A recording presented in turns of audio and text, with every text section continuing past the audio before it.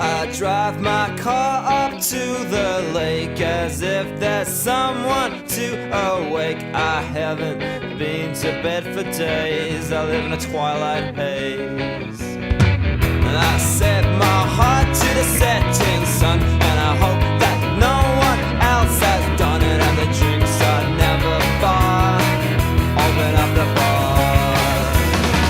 I miss you every single day. I wait until it's we should get a not whistle your way. I hate the way I one of those old school songs from the 50s or 60s. There was this dude named Ronnie Lips. No, Ronnie Ronaldo. He's Ah. like from, I don't know, the 40s or something. And there were whistlers back then in those times. And they'd go on stage and whistle away. And people would love it. Yeah. Freaking cool. Hey, Harley. Welcome to the Pilgrim podcast. Harley, you're Pilgrim's new barista. That's probably doesn't come as any surprise to you because you've been working here for a couple of weeks. But, hey, thanks for coming on. Now, we actually set this up before you started anyway. So I was thinking just start back right at the beginning because when you were coming in and stuff, Milton and Joel found out about you and that you were a writer and a poet and that you previously owned a cafe in Wellington. So where do you want to start? Do you want to start before then? Or do you want to sort of go, oh yeah, I had a cafe once upon a time? Once upon a time I had a cafe. I'm happy to start anywhere in the journey. Yeah. This cafe, kind of Pilgrim, was the first spot I kind of stumbled into when I moved to Christchurch. Yeah. And it was the first one I kind of walked into and felt kind of at home in. Oh. So there's definitely this nice kind of journey there where it feels you're kind of quite natural to be working here now. Yeah. And to be like re-enlivening those kind of coffee making parts of myself. So my cafe that I used to run was called Retro Grove, and it was in Wellington on the very top of Cuba Street. The sound just changed. Yeah, that's just one of the fans switching off. Okay. Normally, yeah. Okay. It's cool, Milton. Yeah. So I did that for about 4.5 years, and we were exploring a lot of different ways that vegan food or different plants and kind of how they would kind of influence your health or your mood. We worked a lot with kind of what we called alchemy and and sort of potions and everything. Yeah. And I'm really interested in the different ways in which sort of creativity or kind of authenticity or almost kind of magic kind of meets hospitality. Yeah. And yeah. Yeah. No, I know what you mean. Definitely. And have you worked in hospitality before then? Yeah, I've been in hospo since I've been 22. So Yeah. So you would have had some enjoyable times, and that's what I loved about hospitality. It was kind of it was a little bit of a party. So there was, I guess, each day, there could be a little bit of magic. Sometimes it would be a nightmare, but I suppose it's those same ingredients that all come together and produce either the magic or the nightmare. I noticed you used the word loved. Did I? Yeah. I don't know. It doesn't sound like me. Really? I may have. Yeah, you may have. It's early, man. It's early. Yeah. Well, and I still love aspects of hospitality, which, say, for example, one of the enjoyable things that I was just playing music really loud in a cafe, and perhaps even once the customers had left, but and then just being with the staff and just tidying up and having that nice little team atmosphere and vibe going on. Yeah, there's something very serene when you finally kind of close the cafe door, particularly after a really busy day and things have been chaotic, and then you can just have a moment to yourself. Yeah. And you kind of zone out and you run through what's been happening in the day, and Yeah, you put on your favourite music, whatever that might be at the time. But, you know, I mean, you were predominantly more interested in when you were open. And the food that you were producing and the interactions that you were having with the customers? Yep. Yeah, because as we were talking about, like, you never really know kind of who's going to walk through the door and, like, what sort of people you're going to meet and those sort of interactions you can have. Yeah. And there's something kind of really interesting when you're trying to, like, connect with people on an authentic level, like, kind of over the length of time that it takes you to drink a coffee. And it's amazing how much kind of meaning can be exchanged over that, like, 3 to 5 minutes. Yeah, for sure. Where if you're, like, creating the opportunity for someone to actually kind of, like, share, you like to share a part of their day or to share, like, a very real state of their being. Totally. Versus, like, it's very easy when we're conditioned to be in, like, a transactional culture in hospitality. Yeah. Where we ask questions that we don't really mean, like, sort of like, how are you? Yeah, sort of, what's the weather doing? Yeah, have a great day. Yeah, but have a nice day. Then it's really interesting, kind of what can happen when you're like, no, kind of, how are you really? And the things that customers will actually, like, they're going to share about your lives. Because if you, like, really think about it, like, you're seeing some of these people, like, more than your friends, right? Like, you work, say, 5 days in a cafe, so you're seeing these people, you're sort of 5 times out of a week, which is more than I see, like, a lot of good friends of mine. So you get to know, like, and kind of be a part of sort of customers' lives in a really kind of, like, unique way. This offers up some really interesting experiences. Yeah, totally. And your things that you were selling at the cafe were more kind of holistic. Like, correct. Run me through a few of those things that the customers really liked. So we had a lot of fun with mushrooms. So different types of, like, adaptogens. So an adaptogen is like a type of plant that that kind of, when you ingest it into your body, like, your body will know basically kind of how to use it. So it'll either it'll either kind of stimulate kind of different hormones, or it'll sedate them depending on kind of what your body needs. And the different adaptogens will target different parts of your body. Oh, wow. And as well as they've also got, like, different flavor profiles. So like reishi, for example, the reishi mushroom. I was just looking up at the mushroom stuff that I bought one time. Yes. Yeah, the mushroom elixir. Something like that, yeah. Yep. Yeah, like reishi. So, yep, continue. So tell me, what was that mushroom you just mentioned? Reishi. Reishi. So that one kind of pairs, like, flavour-wise, it pairs really nicely with black coffee because it's almost got a little bit of, like, a spice to it.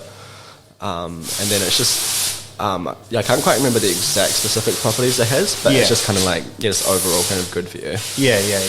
And then particularly if you're adding in, like, some sort of fat to your coffee. So we used to use a lot of cacao butter, but you can also use, like, coconut oil, sort of MCT oil, or, like, kind of ghee is really good. Yes. And then things like that. Like, my understanding is that the caffeine kind of binds to the fat-soluble cells, then it slows down the caffeine release. Oh, right. But throughout your body. Yep. That's going back to the original bulletproof coffee, right? Yes. Which was equal. Was it equal parts kind of butter, coffee, and one other thing? Some people put coconut oil. Oh yeah, and blend it up. Yeah, man. Yeah, people were mad about that for a while. Maybe it was just cream as well. Cream, coffee, and oil, butter, or coconut oil. Yeah, some sort of fat. Oh, okay. That's that's kind of about, slowing down that coffee, and because it was big with the keto kind of fad, or whatever it was, the keto diet, and I've only just come across ghee since I've gone carnivore, and that's amazing. There's some really good ghee out there. Like, I can just eat that by the spoonful. Yeah. And your body is transitioning in those sort of types of diets. Your body's transitioning to burning fat as a fuel, as opposed to sugar and carbohydrates and stuff. So that's cool. That's interesting. And do you know what? A lot of carnivores, even though they're meant to just be, not that there's any hard and fast rules, a lot of them keep on drinking coffee, especially the American ones. There's one thing that they just won't give up, even though it comes from a plant. Yeah. So cool. So tell me, what was that? So yours was you introduced the mushrooms and the fat. Yep. Yeah, so we had a lot of those sort of different kind of plants on the menu, and then we had designed our menu in a way that, like, we had an option that a customer could come in, and it was like a trust the barista option. Oh, wow. And they would just basically you kind of share a little bit about kind of how they were doing, and then we'd basically kind of make them something, sort of based on how they were feeling. Classic. Yeah. Cool. So that's kind of getting into, I suppose, like similar to, like the example that comes to mind is in like bars, for example, when you've got like an intention behind the beverage and there's a bit of a story to it. True. And like you're creating like a bit of like a narrative to the beverage you're crafting them. Admittedly, I sometimes, with the 12-ounce large flat white, I will quite often sneak in an extra shot for people that I think need it. I like that. Which is weird. Yeah. They must just think, man, this coffee's inconsistent. What's up with this? One day I can taste it, the next day I can't. But, cool. Yeah, so then we also, one of the most successful things we did is, I was talking before about that intersection between where creativity and kind of poetry kind of meets hospitality. So we did this kind of idea where I wanted to play around with how kind of poetry can be alive in a cafe. So we did a deal where if people kind of came in to the cafe and they shared a poem with us, we would give them a free coffee. Yeah. And we just kind of told a couple of people about it, and we did like a few Facebook posts, and I limited it to maybe like to 5 or 10 a day, something like that. Yeah. And it was like this really beautiful kind of like thing that came out of it, where people who had never written before in their life would like give it a shot. They would give it a shot, and they would spend some time doing stuff. But then we got like opera singers coming in, and they did like spontaneous performances. Whoa. We even got they kind of customized poetry that was written kind of just for the cafe. People did like drawings, and there were so many like unique offerings of people like, I suppose as soon as they were given kind of permission to be creative and permission to be vulnerable, and like we held space for that. The things people put out. Yeah. And it was like it really added like a really human element to when you're making like so many flat whites and cappuccinos, and then someone would come in and they're like, "Hey, I wrote this for you." Yeah. And they would presumably have to share it not just with the staff, but with just whoever was in the cafe at the time. Yeah. Did you have it like a microphone set up? No. Or speakers? But I don't suppose you need that, do you? You can just shout. Yeah. Or you just talk. It was a small cafe, so smaller than this. Yeah. And then we were quite open to the street. Smaller than this? Smaller than this. It was tiny. I didn't think you could get smaller than this. You could probably whisper. Yeah, true. Whisper your creativity out. Yeah. So it was a thing of where, like, if they were sharing it, like, their kind of customers would be able to hear it as well. Wow. Yeah, then we did like open mics and stuff as well, where like the audience would literally just speak in it on the pavement and spilling onto the road, and we had microphones and stuff set up for that. But yeah. But I always joked about having set up similar to this, where I always wanted to do like a live stream of the cafe. Oh yeah. Look, really and fun. Milton and I googled that the other day, and because you can, some of them just set up cameras and they have them running the whole time, and customers are coming and going. I don't know if you'd need permission. Like, you'd need to perhaps have a poster up, letting people know that they're going to be on the internet. But we came across a cat cafe, and was that Phoenix or somewhere Phoenix, in the US? Somewhere like that. Yeah. And a cat cafe. Yeah, so people were just kind of standing in the cafe, looking at cats, patting them, and I guess they were waiting for coffees as well. Yeah, but people tend to forget they're on the live stream, I suppose, and just start acting normal. But at first, I'm sure it's going to affect people's behaviour for a little bit. Yeah, potentially could. Yeah, that's right. Because it is weird. Because there's a really nice thing about it, but there's also a little bit of a surveillance kind of thing about it, like which could make you feel the other way. Definitely. Cool. So the cafe wrapped up, and what was the next step, Harley? So it was. Yeah, the cafe was a COVID casualty. Yeah. So there was a very an unknown and stressful time, as we all remember. And then It was very much a kind of catalyst for like some uncomfortable change in my life. Where hospitality is like, it's the only real industry I've ever kind of really worked in. And I think when I closed it up, I was in my kind of early 30s, and there was very much this kind of crisis of confidence, right? Where like I had no idea what I was doing, didn't feel like I had an employable skill set, and then very much kind of wanted to do something else. So I kind of went on like a bit of a pilgrimage, if you will, like searching for purpose and meaning, and spent a couple of months just kind of traveling around, and then eventually decided to study. And I studied publishing, so I decided to do my postgrad. I spent a year studying publishing and learning about books and like everything to do with them. And then it was through that it kind of reignited my love for writing and for words. Totally. And then and then basically committed last year to writing a poetry book, to freelance writing, just spending kind of all of my waking hours trying to pursue kind of creativity. Yeah.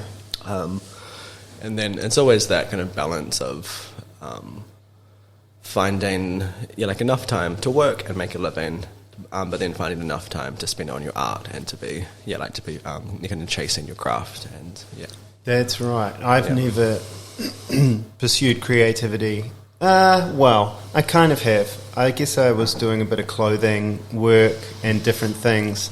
But yeah, having a need to be creative and produce work all of the time. What's that like for you? How do you kind of I was going to say force that out, but how do you kind of make that happen? It's this really interesting. What's the alchemy behind your creativity process? It's quite in a lot of ways, it's quite an uncomfortable alchemy. Like, it doesn't make my life easier. Like, it doesn't make me happy. It doesn't necessarily like make for a comfortable life, but it's something that I like have to do. That it's like this kind of build up of pressure that like this things start like swirling around at me, and then I just get like very like uncomfortable until I kind of process it through the page, or basically make something, and then it's like through that process of kind of having it kind of externalized, I'm able to sit with what I've been sort of dealing with, or what I've been thinking about, or what I've been kind of absorbing. Totally. And I often think about it, it's like I'm kind of translating like your internal landscape. So like, yes, all of these spaces that, because we've got like so many subtle senses, and we're always like absorbing like you know, different things about the world, like things we're either consciously or unconsciously aware of. And then through the development of an art form, like we're really kind of putting like a magnifying glass kind of looking over those subtleties, and we're able to like kind of really explore the nuance. And I think the more time you spend with it, like it's like expanding your vocabulary, or like to map, or like to put kind of like a topographical kind of drawing to your internal landscape. Flip, man, when you were talking just then, I was reminded of, I used to be really into, I say Bjork, but I think it's correctly pronounced Björk. I think so. Yeah, that makes sense. That's something I'm never going to know. You might be right about that. But I think it's Björk. Anyway, the Icelandic singer Björk. And some of her albums, they deal with that deep creativity and those landscapes. And, I guess... I was listening to some Bjork the other day, like a couple of weeks ago. Oh, yeah. And it totally is like that. Yeah, definitely, Just that audioscape just elicits those, I don't know, atmospheres coming up. Yeah. That subconscious stuff. Well, I think, coming out. And it's just as grand. The internal landscape is just as grand as the external landscape, you know? The peaks and the troughs and the canyons and all of that type of thing. It's kind of all in her music. Do you reckon that's similar? Do you reckon it's like a lot of other artists feel the same way about the creative process that as you do? Yeah, I think there's a lot of shared similarities, and I think that a lot of the like interior creative processing is similar across art forms, like if it's music or sort of painting or kind of writing. And it's just I think just the outlet is kind of different. And there's probably some unique aspects to the different art forms. But I imagine it's probably quite similar. Yeah. Yeah. I think the only artists that I think have it easy are like sculptors. They seem to just be real happy. And I'm good, I'm just building this thing. It's kind of, they don't seem to be too, like I don't know. I think there's a real patience with sculptors, right? Where it's a slow art form. Yeah. I tried it in art school kind of many decades ago, and it just required this patience I just kind of did not have as a teenager. Yeah. Maybe that's it. Maybe it's picked up on that patience that they've got. Because you've got, like, for example, when there's an immediacy to your art, or like in the live creation of it, you can share it with an audience. So, like, for example, with music, when you're playing to an audience, like you're directly creating the art form, and then your audience is experiencing it kind of with you in that moment. But, like, for example, with kind of writing, like, you're often tucked away kind of at your desk, and you're spending kind of all of this time so that by the time you actually produce something and you're sharing it with an audience, they're actually experiencing something that you created like kind of months ago, 6 months ago, years ago. Wow, yeah. So this is really interesting, both the liveness, and it's something you've sort of sharing with them, but it's also like a past version of you. And as an artist, you still need to stay connected to it. Like you still need to kind of recall, like, where it came from and stuff. Definitely, yeah. So that's pretty cool. So you were, cafe was finished and done. You went on that creative thing. You rediscovered that love for the writing, and you'd also been doing the publishing at the same time.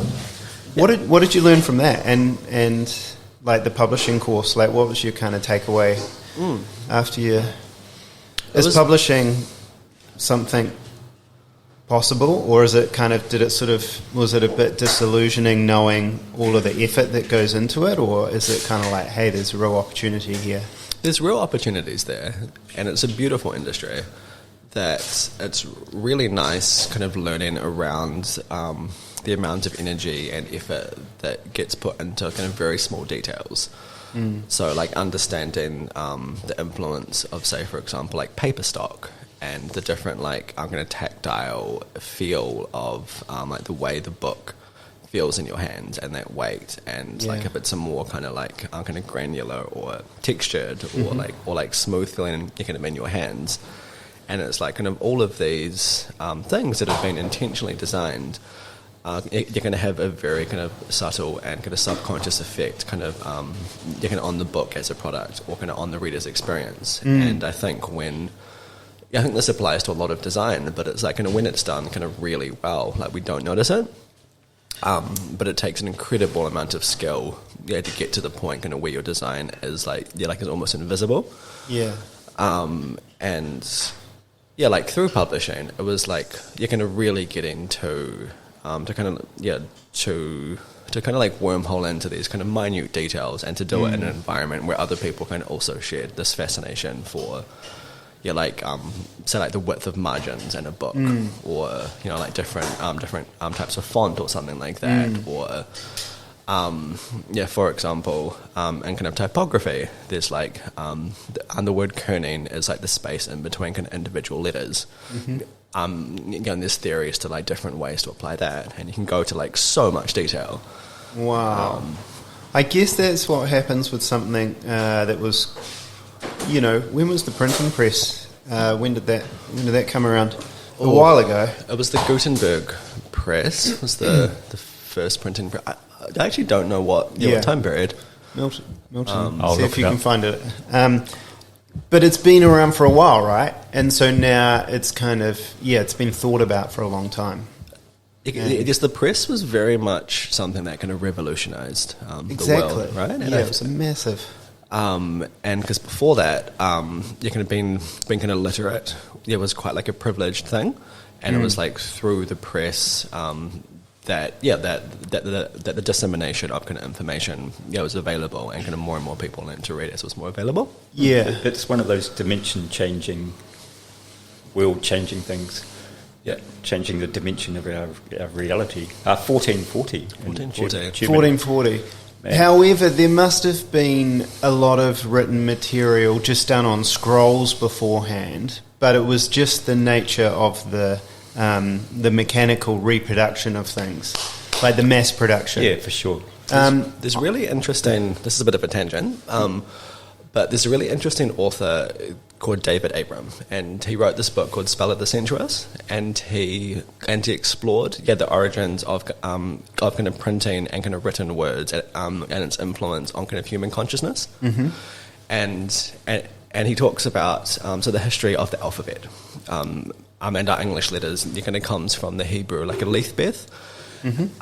And you can add its like root at the alphabet as like a pictorial language. And what that means is that like, the letters themselves would be like kind of direct symbols of the thing. So like the symbol for an ox would would physically look like an ox. And yeah, so that when we so then when you created that kind of symbol, there was a kind of direct physical tie to that physical thing. And then as kind of various civilizations came through, like kind of Greece, kind of Rome, they took the alphabet and they took those kind of symbols, but they kind of abstracted the meaning. So they kept, say, for the symbol of the ox, and they gave it like a different sound, and they gave it a different kind of meaning. So we still had these same symbols, but we were no longer like physically or kind of directly connected to get to the origin point of it. And until we and that goes down the centuries until we get to modern English, where we've got this incredible kind of power of kind of abstraction through language, where we can talk about kind of philosophical, intellectual kind of concepts. But like through that, there isn't the physical tie to the object or to or to the grounded reality. Like we've just got sounds and letters that don't necessarily kind of mean anything. And then he traces this kind of origin, around this kind of by kind of being like aware of this stuff, you can we can get like too kind of head heavy or too kind of intellectual just by using basically too many words, and that there's a point in that process where we need to kind of reconnect with like the ground or like earth or the space in which like our words come from. Yeah. Yeah, that's cool. I saw a post on Facebook the other day with a loaf of bread from one of these eruptions. What was the big one? Pompeii or something? And strangely enough, on the bread there was a stamp, and it had the writing, and it was the baker, right? I love that. The maker of the bread it put a stamp on every loaf, and this was. It just looked like a real contemporary loaf that you would see in San Francisco or flipping, I don't know, anywhere. So what was the stamp? What did the stamp? It was just a rectangular kind of stamp, and it had like you could tell that there was some kind of writing on it. I love that. Obviously, it wasn't in English or whatever it was, but it was. So there must have been a lot of, I don't know, but it was cool because the baker was obviously, he was like, it was his brand, right? And he was wanting people to know that that's where the bread came from. It's crazy. I never knew that they did branding back then. I think that's the thing of that like a lot of the things we're doing in the modern area, like we've been doing for centuries. Yeah. That they found, I can't remember the exact source, but I was reading this story that was in ancient Egypt, and they found like some stone sort of carvings and like hieroglyphics or kind of whatever that language was, and kind of as it was kind of translated, it was like an ordinary kind of letter, and this guy was just complaining about his neighbours being too loud. Work out. Yeah, classic. Yeah. Doof, doof, doof. They're playing the doof, doof music too loud. Crazy. That's something I wouldn't write about. Nah. It's neat when you realise people 5,000 years ago are just like us. Yeah. Totally. Just in a different culture and terrain. Yeah. We mentioned that with Kieran, actually. Kieran, who was on last week, the photosynthesis and the photographs. Look, and I see all this stuff on Facebook and Instagram, social media or whatever. That's where I'm exposed to it, which probably isn't, say, too much about me. But just really old photographs of people. In the Victorian age, when you think it's all stiff, and a lot of the photographs you see are all kind of real stiff, and but they might be just cracking up laughing, or just having this moment in time where they're caught off guard, or they might intentionally be taking a photograph where they're totally relaxed. So it's cool seeing those, totally normal things that, like you say, it's been going on for 100 years. And then did you, so were you kind of, when you started doing the publishing thing, were you thinking, hey, I want to write a book, I want to specifically do a book on poetry, or where were you? Initially, I thought I wanted to get into marketing, to marketing books. I've always really enjoyed the intersection between getting to be creative and to work on say like an advertising campaign. But then I'm also very kind of people facing, and I really like sort of spending time with people and meeting clients and that sort of stuff. So I wanted to find something that basically had kind of both of those, and then that was where I thought I wanted to go. And then, as I was graduating, I was kind of all set up to basically kind of find a corporate job or something. And I started wearing suits and started kind of getting into that identity, sort of psychology things. And then, and it was kind of around then that, as I was applying for corporate jobs, that I just kind of, I was walking down kind of Lambton Quay and kind of Wellington, which is the business district. Sort of district, and then kind of just had this realization that it wasn't the path I wanted, and again another kind of not a crisis of consciousness, but just just a deeper realizing that there was something else I wanted to do, and and that was the calling of poetry, where there's these stories that that kind of need to be shared or be told, and it's something that if I'm going to effectively share those stories, it's something I actually need to kind of commit my time to, and something I need to take seriously. And that's not going to happen if I'm not to say it won't happen, but it's trickier if I'm spending kind of all of my waking life working, and just So you've kind of tell us how far you've come at getting all of those things out. It's very much a discovery process where it's there's kind of glimmers and things on, say, my horizon line of these stories, these poems, these things that are slowly shaping themselves, but I don't really know kind of what they are until I start kind of traveling towards them. Wow. And it's the more time I spend there, they slowly take shape. Yeah. So sometimes you go down a path that may not produce any results, and it sounds like you're when the miners are mining and they find a seam of gold. Yes. I guess they're just having to kind of follow it through. Yes. Have you struck gold, Harley? I don't think so, not yet. Because it's also a question of kind of what does success mean? Or totally. Or kind of how do we find our validation? Yeah, and does that gold even exist? Yeah. Maybe it's just like a chunk. Yeah. And then there might not be anything for the next freaking however long. And then there might be another chunk. Because it's often so in order to be a successful kind of artist or a successful kind of writer in the world, you need a very diverse skill set. You both need to have kind of really honed in on your craft, and you need incredible writing, but then you also need to be able to kind of meet the world in a way we can sell yourself, and you can sell your book kind of as a product. And that commercialization is an essential element to being successful and to thriving in a civilization. So reading the culture and seeing what sells, and all of that type of thing.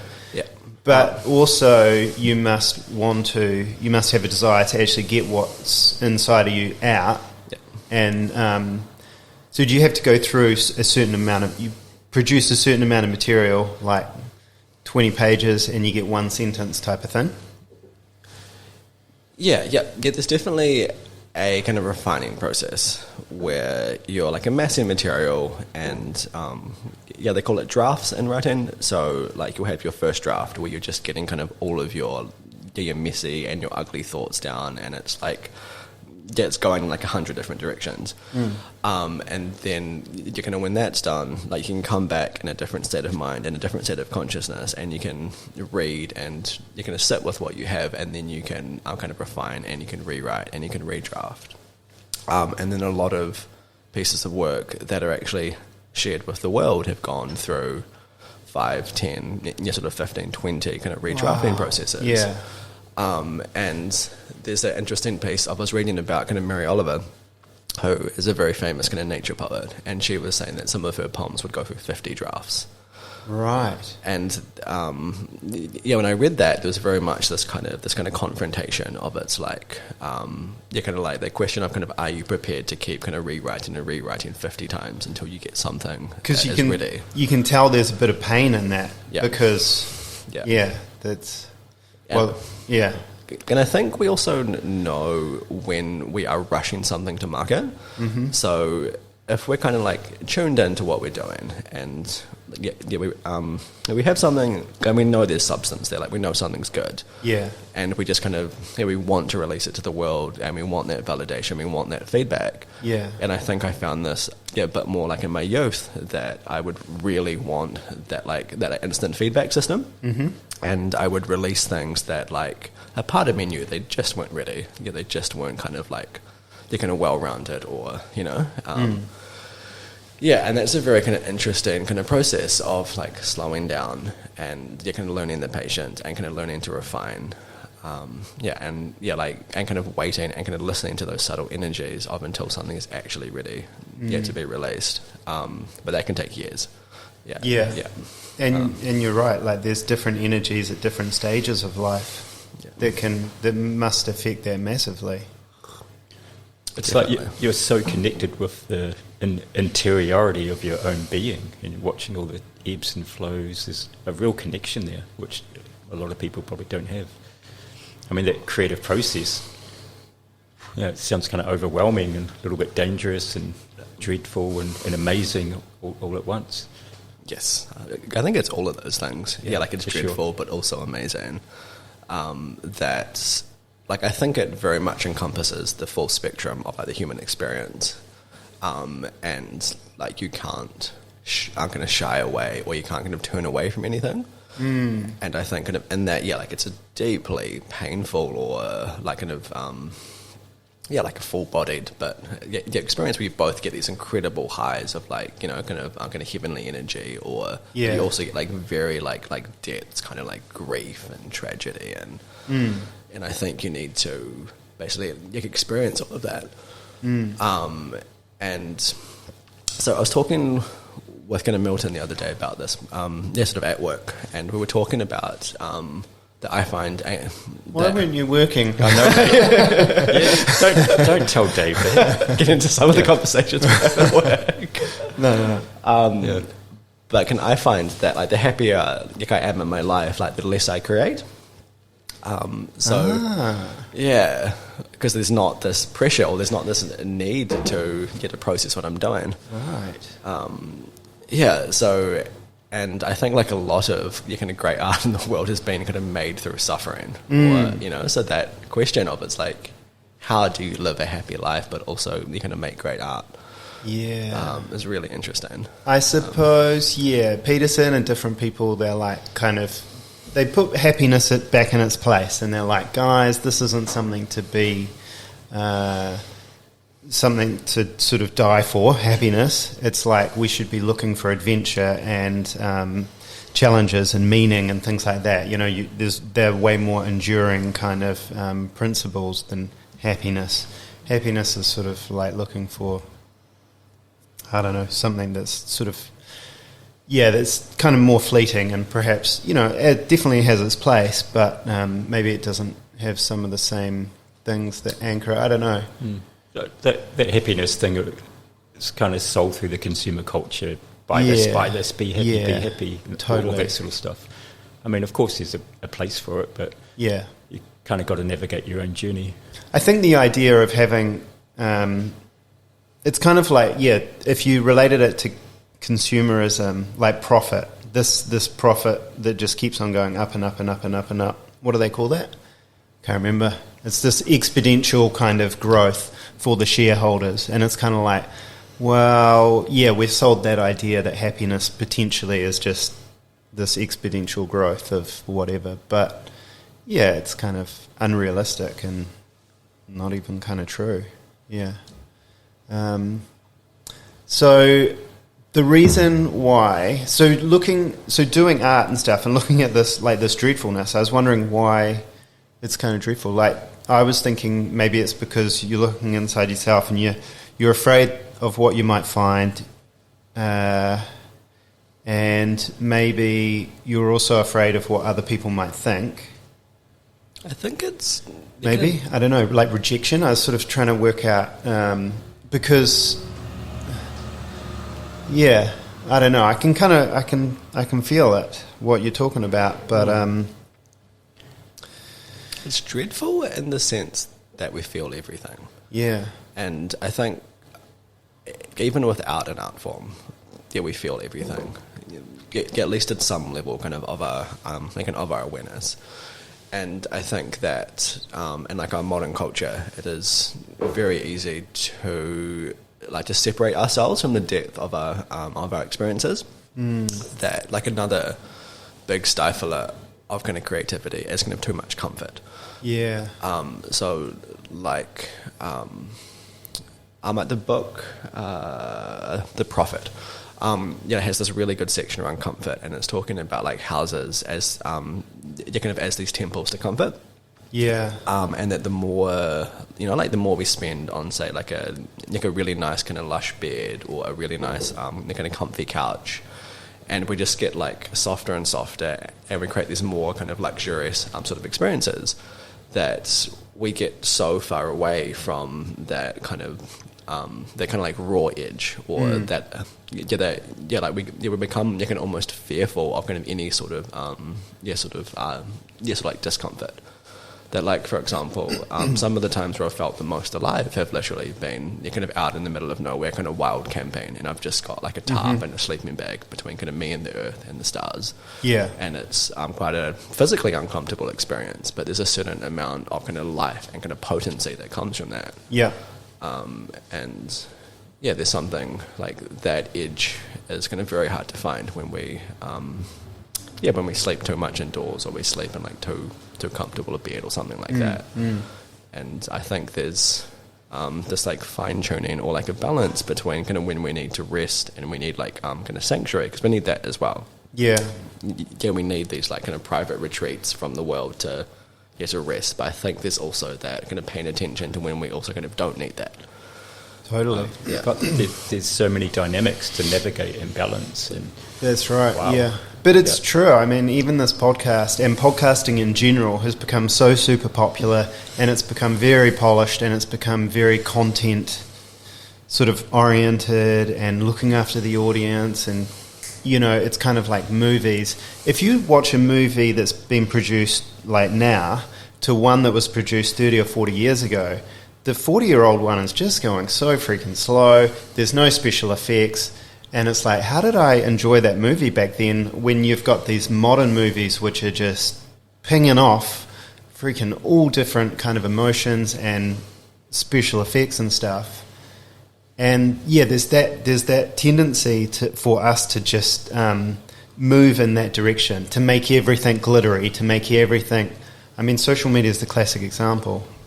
All the filters, all of the crap, it's just sort of layering all this stuff on top of us. Yeah.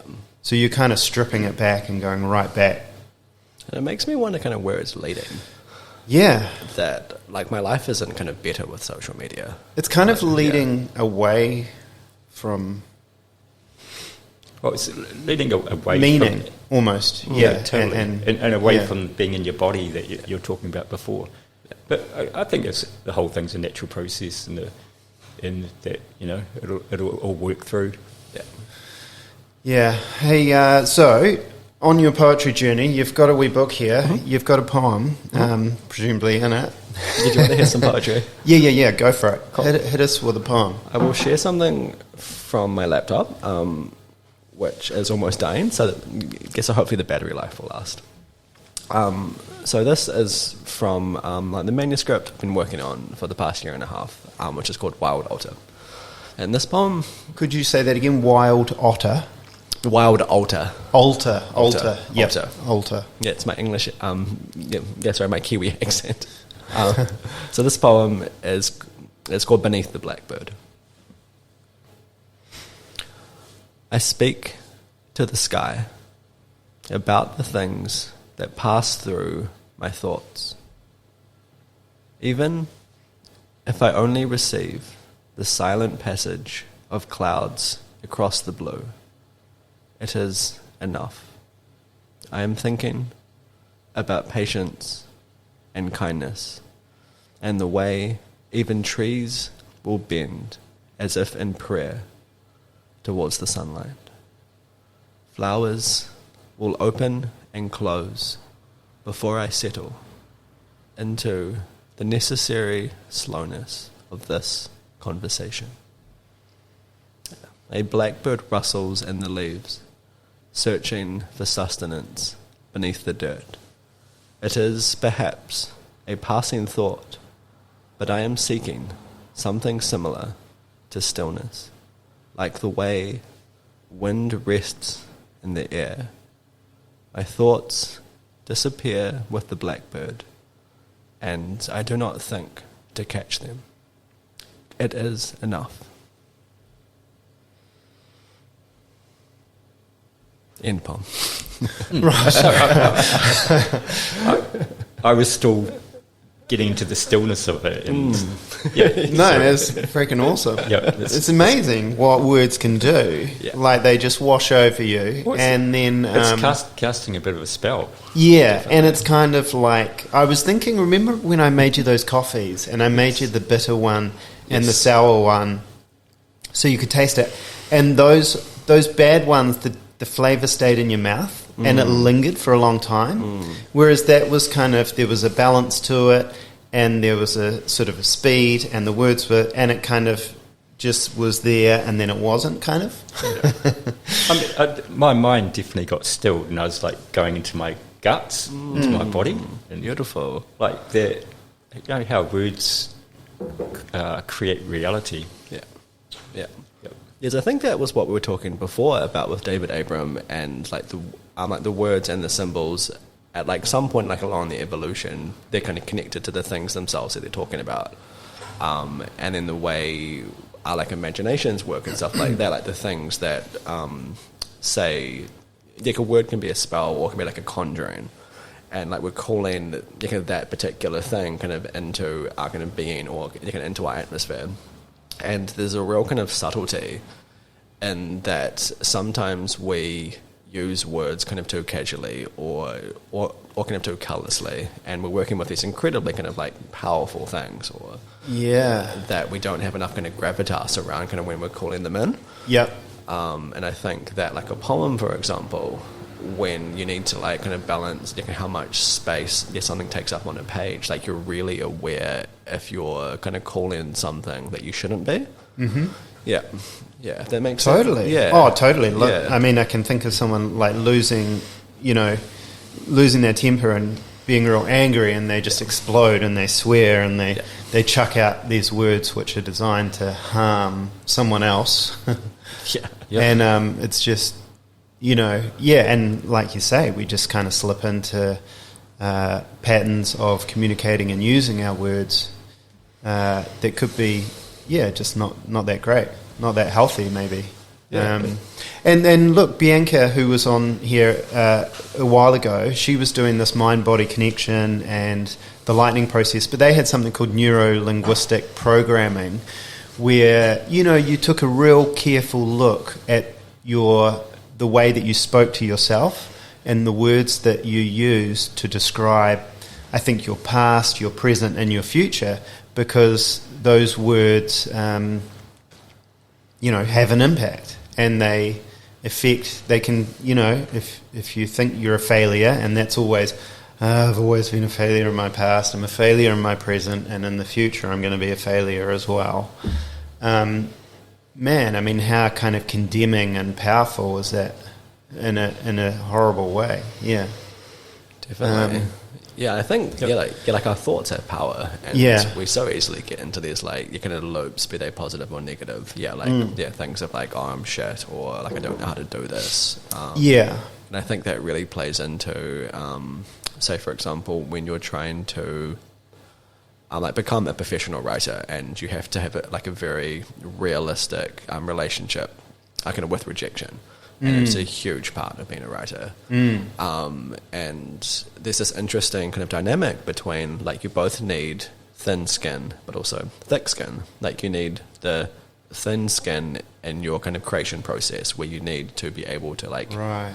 to kind of feel everything and to be sensitive and, you know, to absorb and then to create. Yep. But then we need to know when to kind of transition towards a thick skin, because it's like if you release like a work that is very kind of meaningful to you with thin skin, like you're going to get destroyed. Like because like people can be like brutal in their feedback. Totally. So like there's nothing like worse, for example, like you share like a poem with someone and you can like see the moment in which their eyes glaze over and they're completely kind of indifferent to it. And if you like aren't prepared for that, like it is destroying. Wow. So we need to, like, in order to be like an artist in the world, we need to develop that thick skin, and we need to be prepared for rejection or like indifference or disgust, or, you know, kind of whatever the emotional responses are. And I think that like thick skin is the part we inhabit kind of when we're becoming a marketer for our own work, or like a salesperson, or just having conversations about it. It's just intense, because, I mean, if you think of an artist doing a painting, like, there just could be a myriad of responses to that painting from all of the different individuals out there, and none of them are sort of right or wrong, are they? Yeah. So I suppose, if you're kind of chucking a poem out there, is there a similarity to that? Is it okay if you get disgust from one person? Is it okay if you get something from another person? Are you going for the end result? You're not really worried about them, are you? You're more just crafting the work itself. Like, it depends on where I am in my process. Yeah. And like, kind of what mood I'm in for a day. Yeah.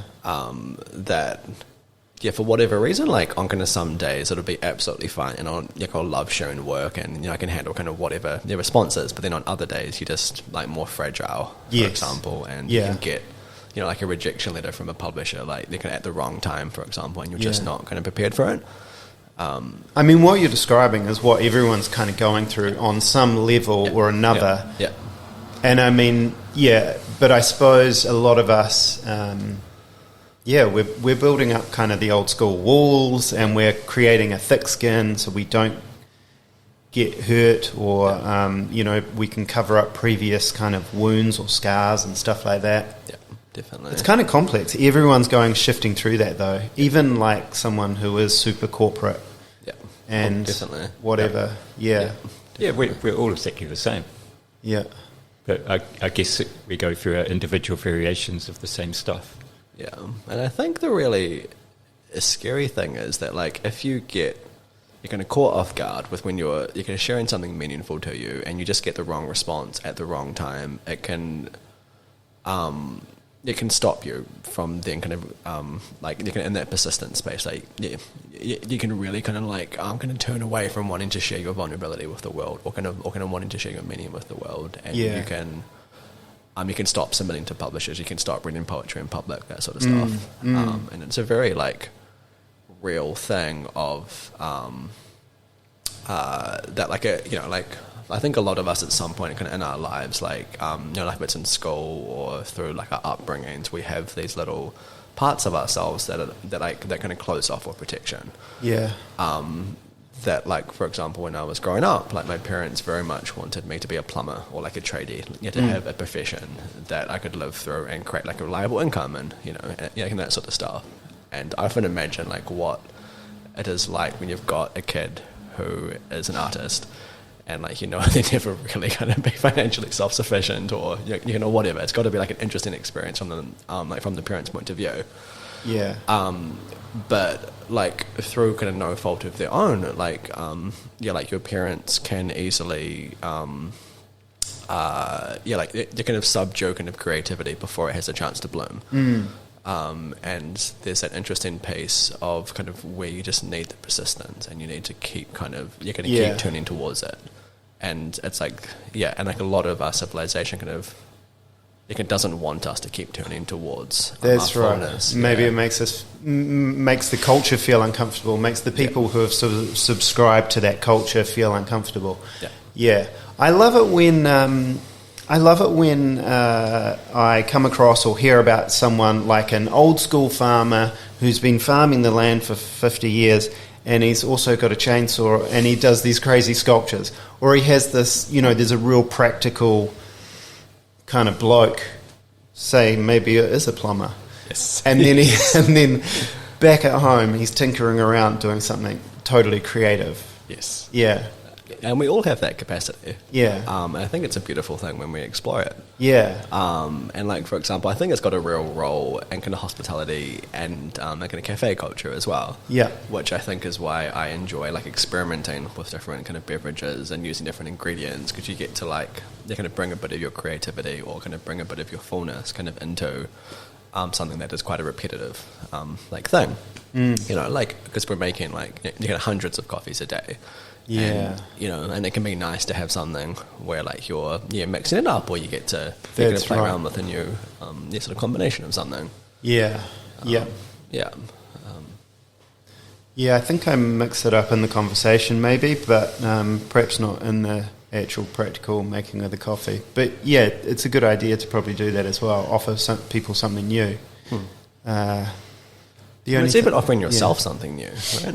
Like, true. To keep your relationship with your own kind of work alive. I've been quite lazy in that regard, possibly. I have as well. And it's hard not to when you're it's like a small business owner and you're working such long hours, and there's like so many different parts that you kind of always have to keep your eye on.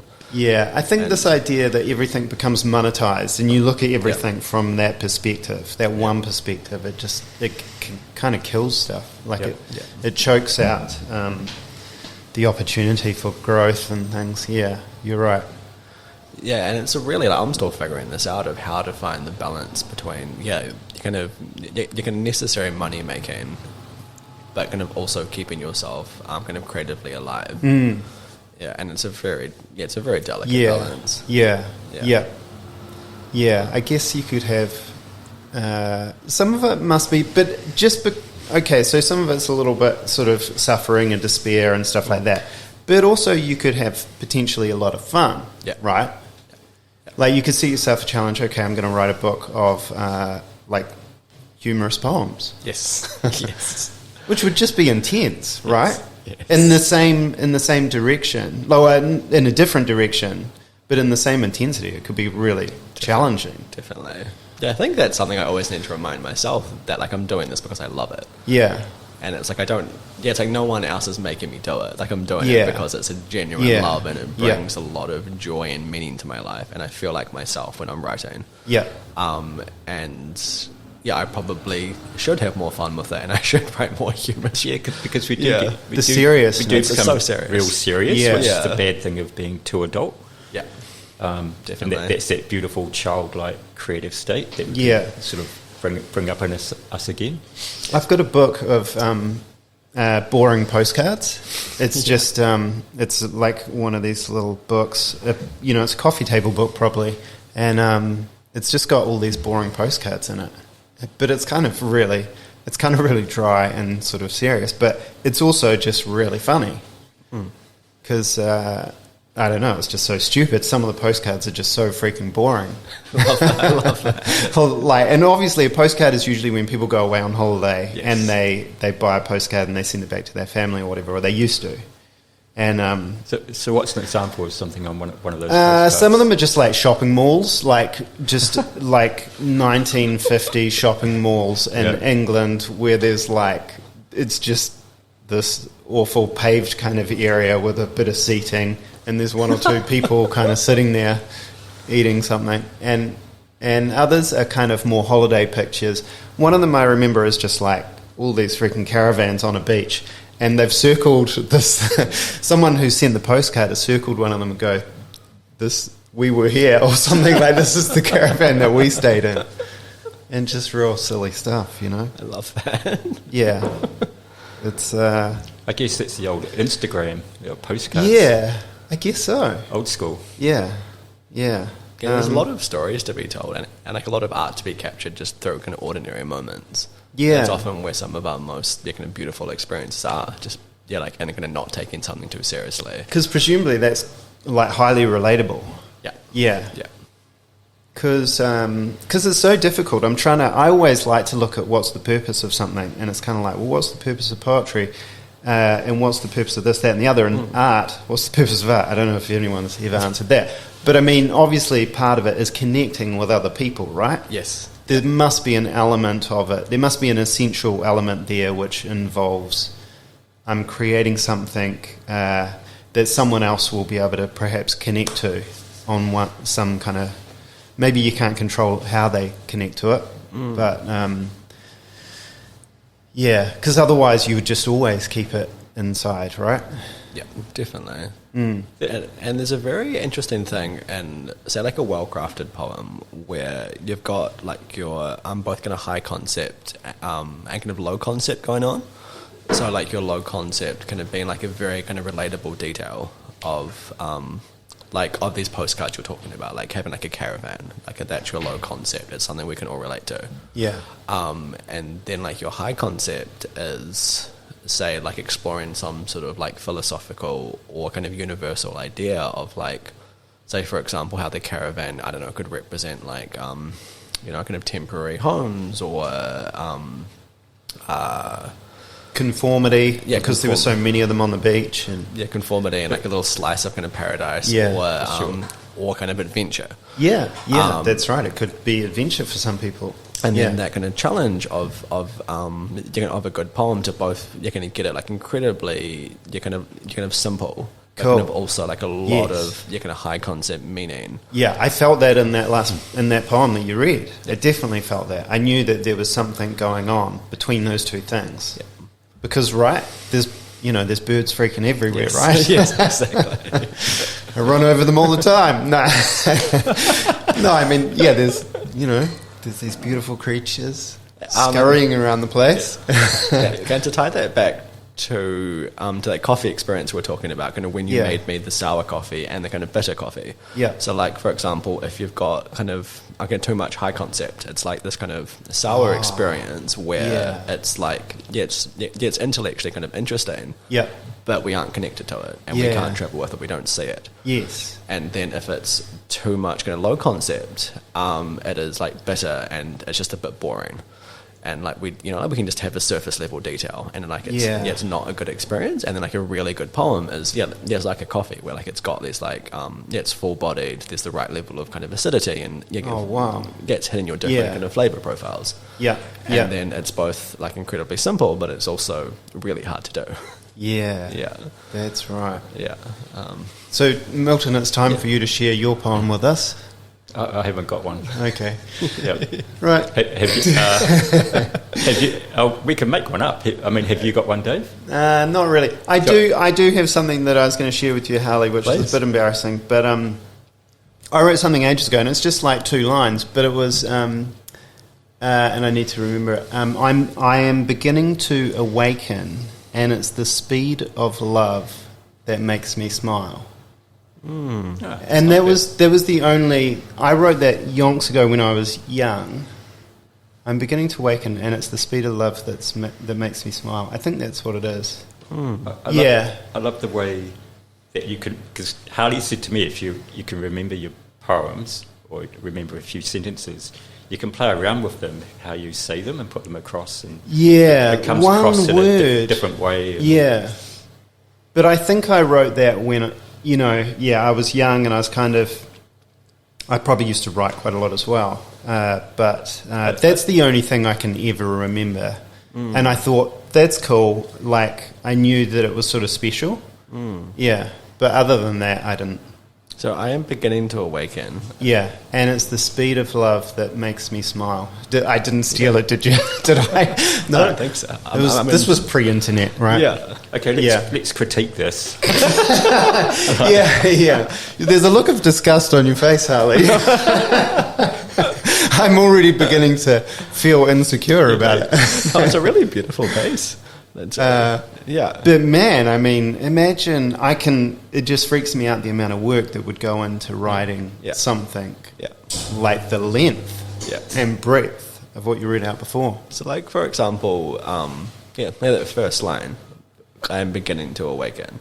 It's like a different from kind of I am awakening or kind of I start to awaken, right? Like there's nuance between beginning and start or awaken. Well, it's kind of strange because you're not meant to be awake. Like the person's not awake, right? Yeah. They're beginning to awaken, so they're still asleep.